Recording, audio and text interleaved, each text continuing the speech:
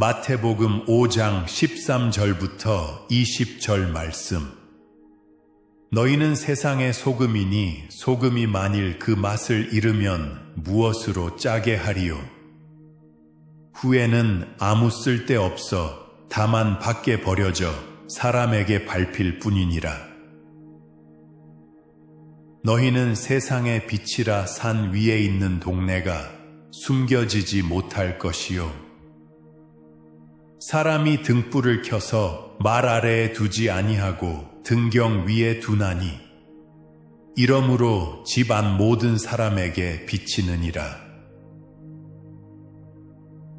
이같이 너희 빛이 사람 앞에 비치게 하여 그들로 너희 착한 행실을 보고 하늘에 계신 너희 아버지께 영광을 돌리게 하라. 내가 율법이나 선지자를 폐하러 온 줄로 생각하지 말라. 폐하러 온 것이 아니요 완전하게 하려 함이라. 진실로 너희에게 이르노니 천지가 없어지기 전에는 율법의 1.1획도 결코 없어지지 아니하고 다 이루리라. 그러므로 누구든지 이 계명 중에 지극히 작은 것 하나라도 버리고 또 그같이 사람을 가르치는 자는 천국에서 지극히 작다 일컬음을 받을 것이요. 누구든지 이를 행하며 가르치는 자는 천국에서 크다 일컬음을 받으리라. 내가 너희에게 이르노니 너희 의가 서기관과 바리새인보다 더 낫지 못하면 결코 천국에 들어가지 못하리라.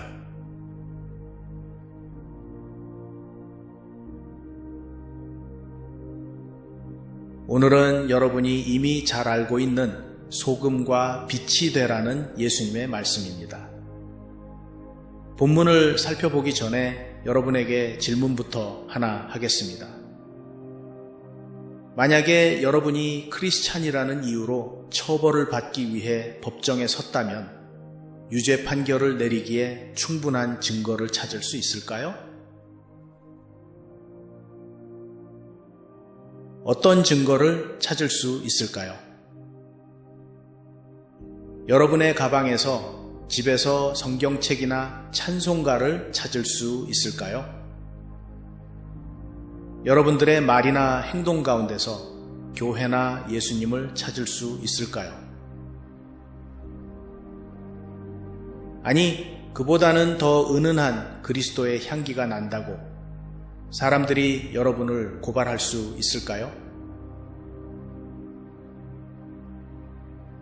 이 질문을 염두에 두고 오늘 본문 말씀을 살펴보겠습니다. 예수님이 제자들에게 너희는 세상의 소금이라고 말씀하셨습니다. 무슨 뜻일까요? 짠돌이 짠순이처럼 살라는 세상적인 해석은 아닐 것입니다. 소금은 몇 가지 용도가 있습니다. 첫째는 냉장고가 없던 그 옛날에는 소금을 방부제로 사용했습니다. 오랜 기간 음식을 보존하기 위해 소금에 절였던 것입니다. 그렇게 하지 않으면 금방 썩어버리기 때문입니다. 그러면 세상에 소금으로 산다는 것은 썩어져가는 세상에 소금이 되어 부패함을 막는 것입니다. 어떻게 할 수 있을까요?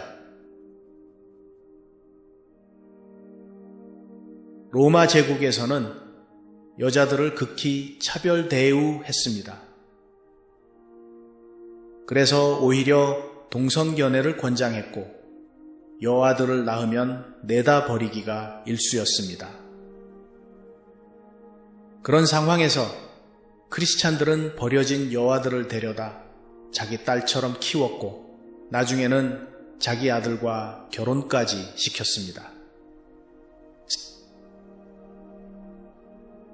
3세기에 유럽 전역에 퍼졌던 전염병으로 인해 로마에서는 하루에 5,000명씩이나 죽어나갔습니다. 이런 상황에서 이방신을 믿는 사람들과 크리스찬들은 전혀 다른 반응을 보였습니다. 이방 종교인들은 가장 친한 친구들과 가족들을 버리고 자기만 살겠다고 도망을 갔지만, 크리스찬들은 두려워하지 않고 병에 쓰러진 사람들을 찾아가 그들을 간호해주고 필요한 음식과 물 그리고 몸을 따뜻하게 해 주었습니다. 그래서 죽어가는 많은 사람들을 살렸습니다. 그리고 초대 교회에서는 집사들을 선출해서 가난하고 어려운 사람들을 돕도록 했는데, 이 집사 제도가 특히 전염병이 확산되던 때 에머전시 리스폰스 팀으로서 아주 효과적인 대처를 할 수 있었습니다. 또 로마 사회에서는 시체는 종교적으로 부정타는 것이라 여겨 죽은 곳에 그대로 방치했습니다. 그러나 크리스찬들은 자기들뿐만 아니라 이방 종교인들도 시체를 묻어주는 것이 죽은 자의 존엄성을 지키는 것이라 여겨 같이 묻어주었고, 그렇게 함으로써 시체에서 오는 2차 감염을 현저히 줄일 수 있었습니다. 4세기에 줄리안이라는 황제가 이방 종교를 부활하려 했던 때가 있었습니다. 그런데 이 크리스찬들이 자기들 가운데 있는 가난한 사람들뿐만 아니라 이방 종교인 중에 가난한 사람들까지 돌보는 바람에 이방 종교를 다시 부흥시키는데 아주 큰 방해가 된다고 불평했다고 합니다. 미국에서는 링컨 대통령이 노예 해방을 위해서 싸우다가 살해당했습니다. 영국에서는 윌버포스라는 사람이 평생을 국회에서 노예 해방을 위해 싸웠습니다. 그리고 26년 만에, 그것도 자신이 죽은 후 30일 만에 드디어 노예 제도를 폐지하는 법안이 통과되었습니다. 인종차별에 반대하다가 마틴 루터 킹이 살해를 당했습니다. 오늘도 세계 각처에서 사회 정의를 위해서 크리스찬들이 수고를 합니다. 물이 없는 곳에 우물을 파주고, 기아선상에 헤매는 아이들에게 음식을 주고, 병든 사람들을 치료해주고, 지루에 다리를 잃은 사람들에게 휠체어를 제공해주고, 이것이 크리스찬으로서 세상의 소금이 되어 사는 것입니다. 오늘날은 어떻게 우리가 소금으로 살 수 있을까요? 우리 교회는 로컬 푸드뱅크에 기부를 해왔습니다. 지난 크리스마스 때에는 홈리스 쉘터에 외투를 30여 벌 그리고 담요를 기증했습니다. 주위에 어려운 사람을 도왔습니다. 케냐에 4명의 아이들을 지원하고 있습니다. 기술학교를 세워 케냐의 젊은 세대를 키우는 사역에 적극 동참하고 있습니다. 저는 이런 것들이 세상의 소금으로 사는 것이라 생각합니다. 그래서 우리 교회는 이런 사역을 계속해서 펼쳐 나가야 합니다. 더 많이 할 수 있어야 합니다.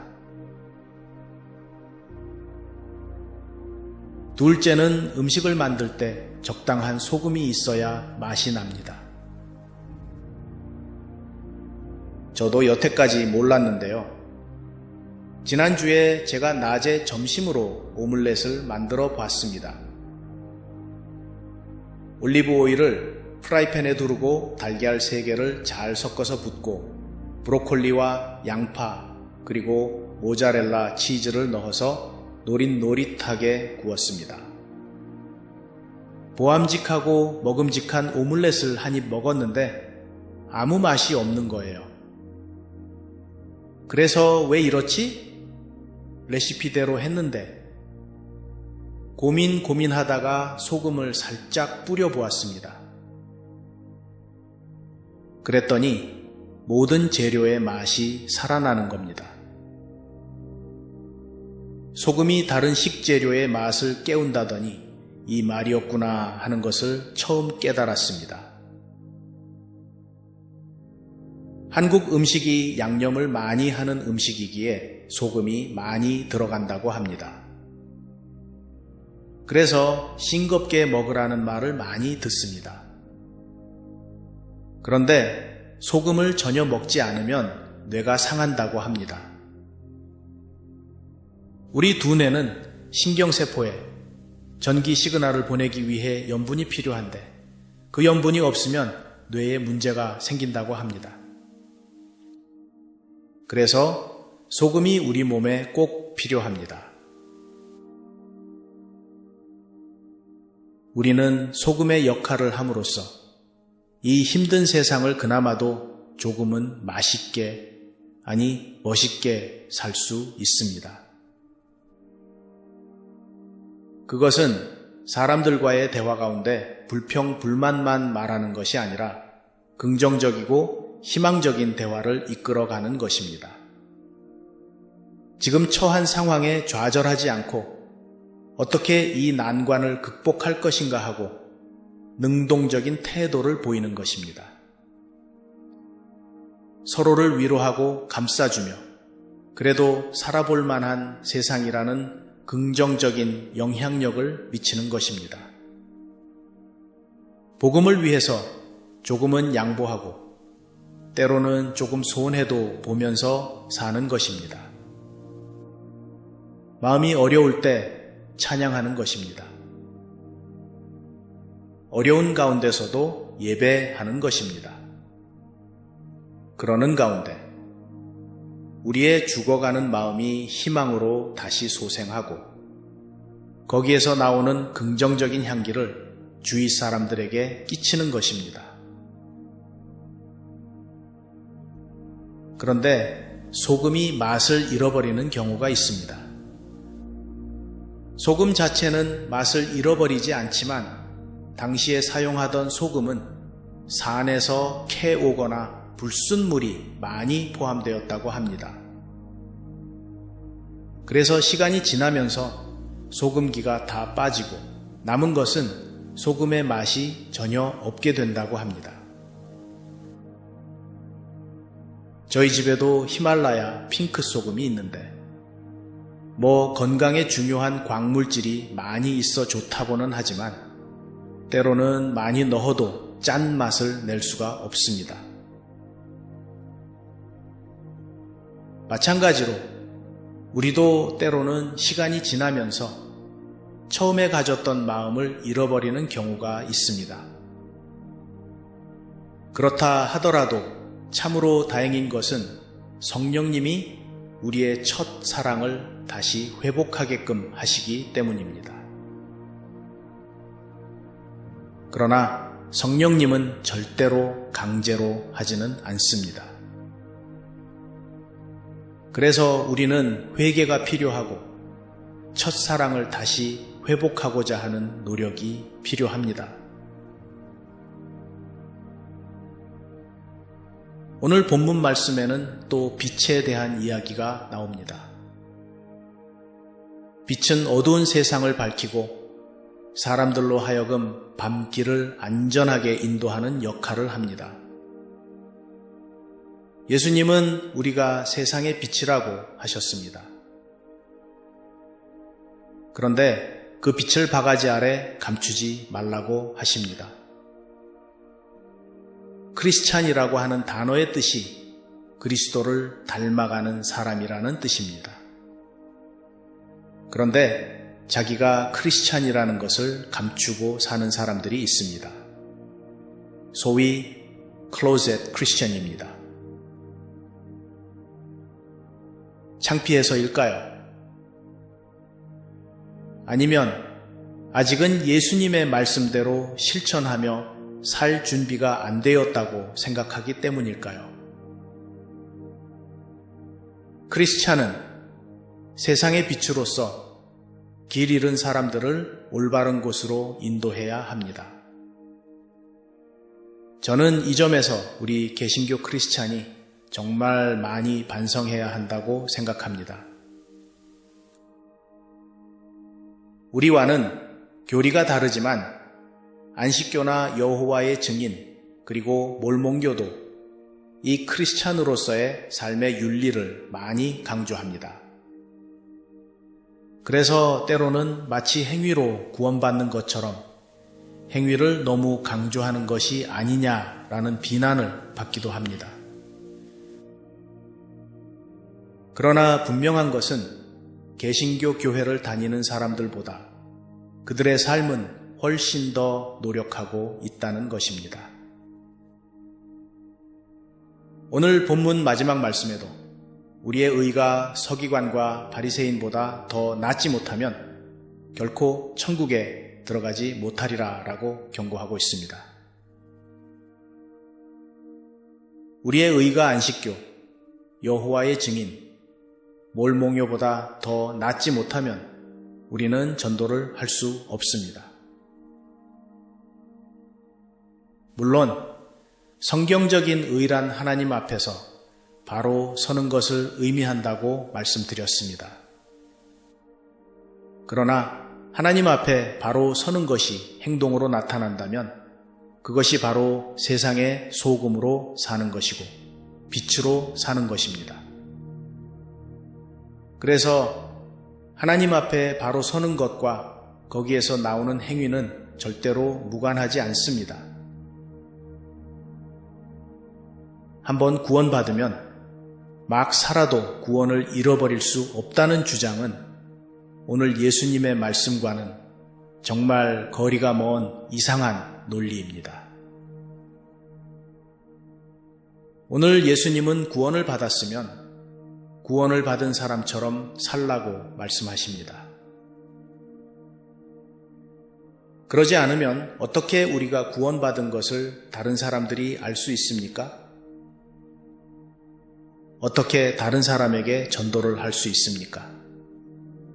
만약에 여러분이 크리스찬이라는 이유로 처벌을 받기 위해 법정에 섰다면 유죄 판결을 내리기에 충분한 증거를 여러분에게서 찾을 수 있겠습니까? 이번 주에는 우리 주변의 어두운 곳을 한번 찾아보시기 바랍니다. 직장에서의 갈등일 수도 있고 외로운 이웃이나 힘들어하는 친구일 수도 있습니다. 내가 먼저 화해의 손을 내밀어야 하는 곳일 수도 있습니다. 그곳에 여러분이 직접 찾아가 격려의 빛을 비추고 평화의 소금 역할을 감당하는 한 주가 되시기를 도전합니다. 오늘은 저의 신앙 고백이기도 한 소원이라는 특송으로 은혜 받으시기 바랍니다. 기도하겠습니다.